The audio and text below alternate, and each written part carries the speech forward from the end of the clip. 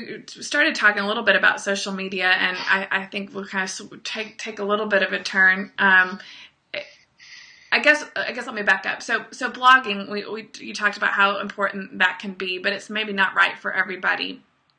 Social media is the same kind of thing.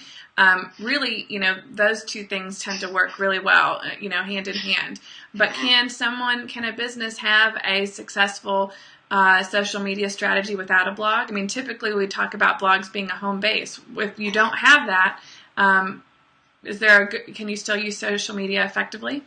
Sure. I mean, again, I think it all gets down to your strategy. I mean, you can use social media for many different parts of the business.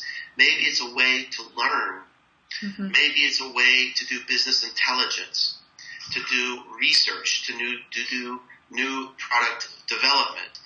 One of the topics, we've got this Social Slam conference coming up in April. Yes. We're gonna have a panel on how to use social media to create new products. I mean, and it's all new research and we're going to have the expert from crowdsourcing.com be one of the panelists. And so that's another way you can use social media. I'm working with companies to help them use social media for HR. It's an engineering company that needs to use social media to connect with bright young engineers that they want to hire, and it has nothing to do with blogging. Mm-hmm. So there are lots of different ways to connect with customers, with stakeholders, with the community, to listen. It just depends on your goals. Now, if you want to create a voice of authority and you want to have some measure of influence on the social web, chances are that's going to connect to some blogging strategy, because that's really where a lot of the content comes from. Right. Well, you mentioned an important word, influence, there. No secret. You've got a book coming out called Return on Influence.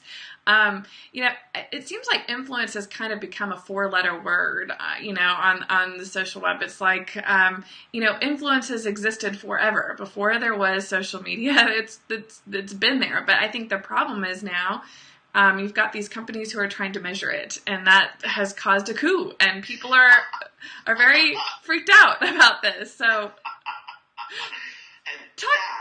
that is why I wrote the book. Secret is revealed. Here's what happened. Every time I wrote a blog post that mentioned cloud, people would react violently. Heads are exploding. One person wrote in, he said, "Mark, I want you to join me in stopping this at all costs. This is un-American." Yeah. So on the one hand, I saw that people hated this. They hated the idea of being rated and the arrogance of the thought that anybody could determine whether they're influential or not. But then I looked at this other thing that was going on where companies are using this stuff. Mm-hmm.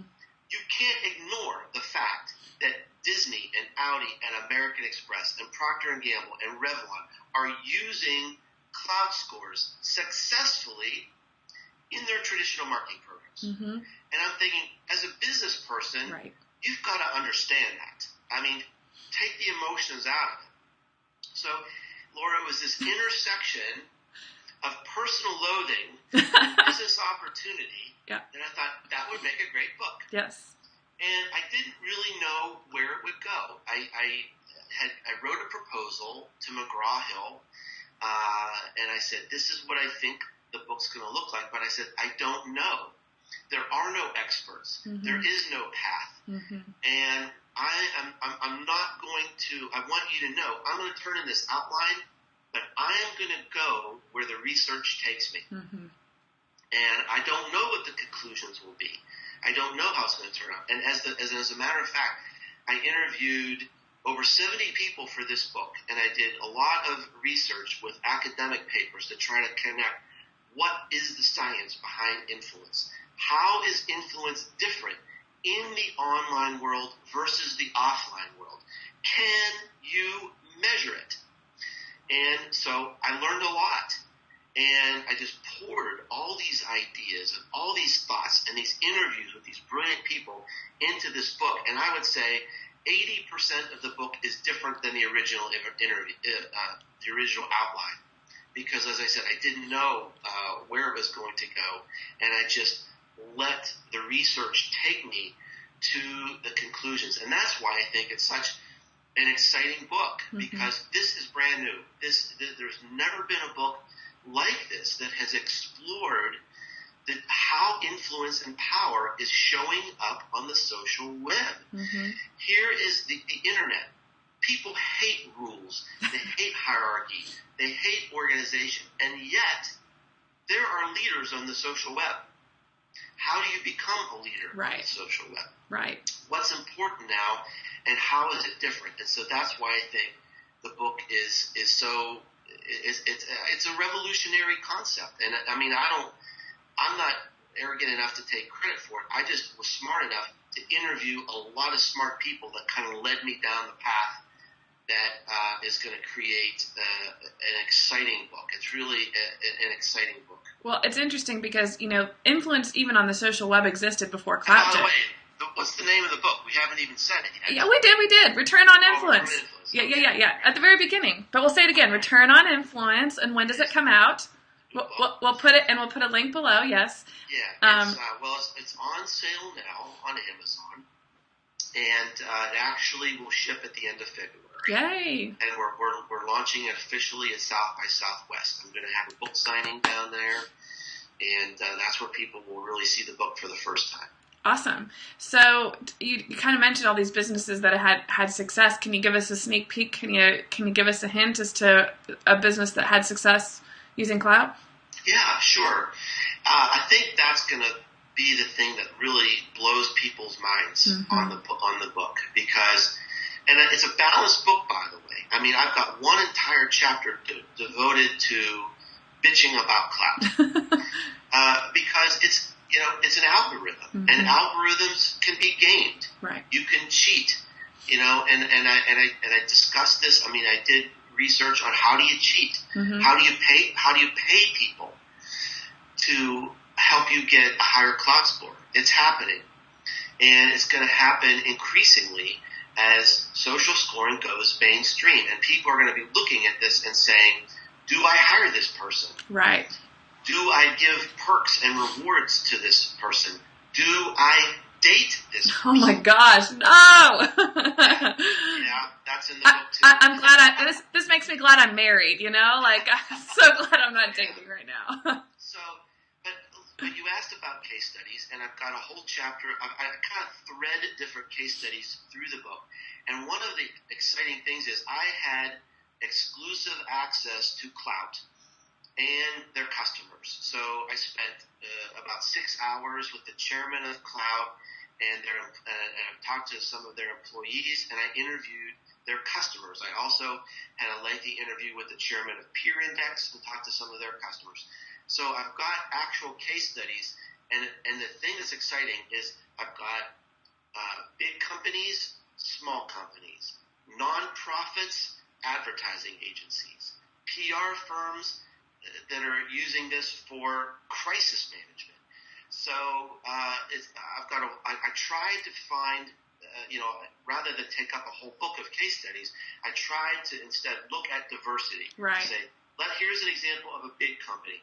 Here's an example of an entertainment company.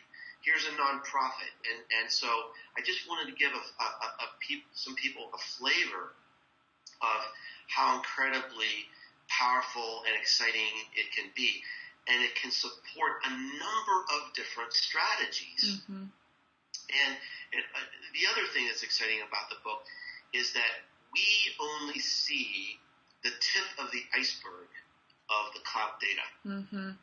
And so this kind of gets into the depth to say, let's sit in the seat of a brand and see how a brand views this, and that there's this benefit of having clout as an intermediary. So if you got a package in the mail from Procter & Gamble, you'd say, "Oh, great, I'm on some mailing list. and they're trying to sell me something, and next I'm going to get a coupon in the mail. Where is it going to end? Now, there's a big difference. If you get a package in the mail from Clout and it has some premium gift from Procter & Gamble that says, we are delivering this to you to reward you for your influence because you are an expert in this topic of whatever, diapers or coffee. Not that, but coffee whatever, maybe. Whatever. I'm not talking about I know.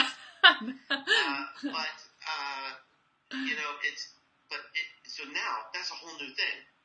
That creates excitement. That creates buzz. Like, wow, I'm being recognized. Just for being me, yeah. For being me. Yeah. I'm being recognized because I'm a passionate advocate of this restaurant or these hamburgers or these shoes or this TV series. And I'm being recognized and being rewarded. That is exciting. That is unleashing the new, I call them the citizen influencers, who are creating buzz naturally. These are the people who are creating buzz because they're sitting in your restaurant, eating your food right now. That is a lot more powerful than hiring George Clooney. It's a lot cheaper, too. That's true. So this is literally, Laura, this is a whole new marketing channel. And that is what people are missing, I think, that are so critical of Clout. Clout has made a lot of blunders. They've made PR mistakes. You know, it can be gamed. Yes. But don't miss the forest for the trees. As a business professional, that this is the democratization of influence. This is historically important. Because for centuries, people have tried to connect with the people that create buzz. How do you find those people? Exactly. Yeah. I think that's... It's expensive. It's time-consuming. Now, it's a push of a button. Right. I think that's the part that's so different. I mean, there's always been influencers. I mean, you know, whether you want an influential person on your ads, you want to target, journalists, if you're, doing media relations. I mean, we've always done these things, but now, I mean, instead of having to do all this legwork, you're right. You can go, well, I want someone who has a Clout score over 50 or 60 or whatever, and boom, you immediately have people that you can target without having to spend a ton of time researching. So yeah, that's interesting. So here, the $1 million question is, should people focus on their Clout score? Well, this is the answer to every question. It depends. True marketer right there. Let me tell you a little story. In the book, I've got a chapter called How to Increase Your Clout Score. Nice. And I basically lay out a 3-step plan that if you follow this plan, you will increase your Clout score. Now, and there was this digital strategist and expert in Washington, D.C., who followed this plan. And so he increased his Clout score by 30 points. Wow. In 45 days. Wow. So at the end of the 45 days, I asked him, and I said, he thought he was trying to prove wrong, that he was going to game the system. And I said, so here's the 3-point plan. Number 1, surround yourself with people who care about you and are willing to share your content. Okay? Number 2, you've got the power and the influence comes from content moving through an engaged system. Yep. So you've got to have an engaged network. Right. Number 1. Number 2, you've got to share content that people want to share through their network and beyond. And number 3, you've got to engage with people. You've got to show up. You can't just have a Twitter account and have it dormant. You've got to talk. Right. You've got to communicate. Two-way. You've got to connect. Yeah. You've got to be helpful. So he did that. So he surrounded himself with these interesting people that are, very relevant to him. He found that he wasn't sharing enough content that was moving through the system. So he created a blog. And boom. He said, I needed to create original, interesting content that would add value to people. So he created a blog.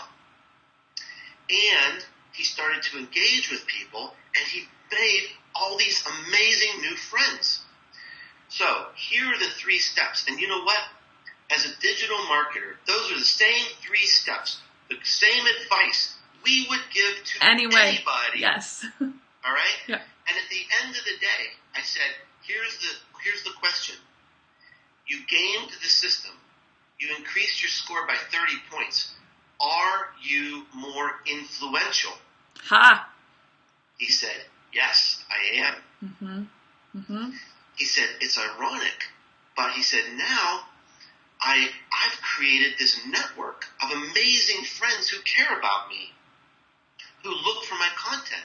I've created a blog. That's awesome. That I love to do. And it's provocative, and it's creating discussion.